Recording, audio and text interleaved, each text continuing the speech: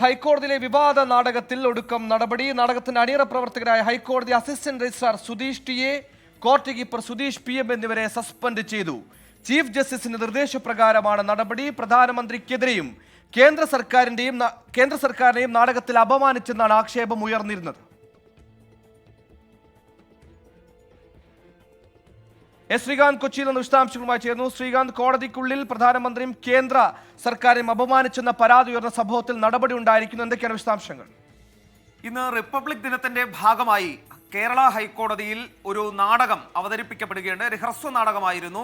അതിൽ ഹൈക്കോടതിയിലെ assistant registrar ഉൾപ്പെടെയുള്ളവരാണ് ഇതിന് സ്ക്രിപ്റ്റ് എഴുതിയത്. അഭിനയിച്ചത് ഹൈക്കോടതി സ്റ്റാഫുകളും അഭിഭാഷകരുമായിരുന്നു.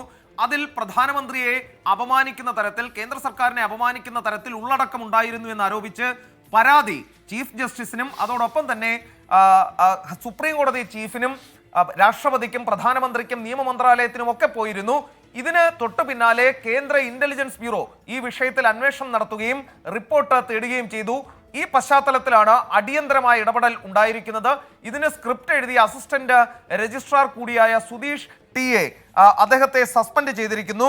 കോർട്ട് കീപ്പർ സുധീഷ് പി.എം എന്നിവരെയും ഇമ്മീഡിയറ്റ് നടപടി, അടിയന്തര നടപടി എന്ന രീതിയിലാണ് ഇവരെ സസ്പെൻഡ് ചെയ്തിട്ടുള്ളത്. ഇവർക്കെതിരെ അന്വേഷണം വൈകാതെ ഉണ്ടാകും എന്നും ഉത്തരവിൽ പറയുന്നു.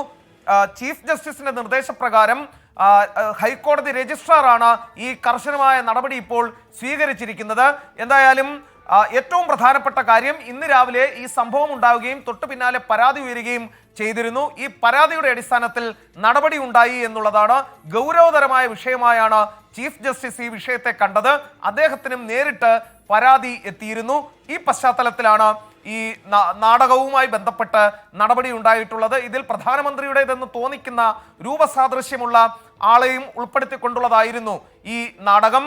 അധിക്ഷേപകരമായ പരാമർശമുണ്ട് എന്ന് ചൂണ്ടിക്കാട്ടി അഭിഭാഷക പരിഷത്തും അതോടൊപ്പം BJPയുടെ അഭിഭാഷക വിഭാഗമായ ലീഗൽ സെല്ലുമാണ് പരാതി നൽകിയത്.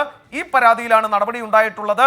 ഹൈക്കോടതിക്ക് ഉള്ളിലാണ് ഈ റിപ്പബ്ലിക് ദിനാഘോഷത്തിന്റെ ഭാഗമായി ഹ്രസ്വ നാടകം അരങ്ങേറിയത്.